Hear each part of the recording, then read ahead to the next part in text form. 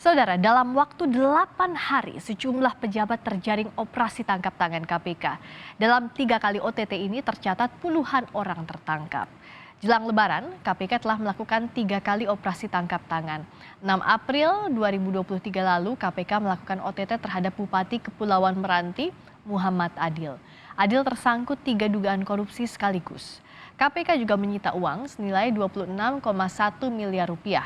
Berikutnya, 12 April 2023, KPK melakukan operasi tangkap tangan terkait dugaan suap pembangunan dan pemeliharaan jalur kereta api di Direktorat Jenderal Perkeretaapian.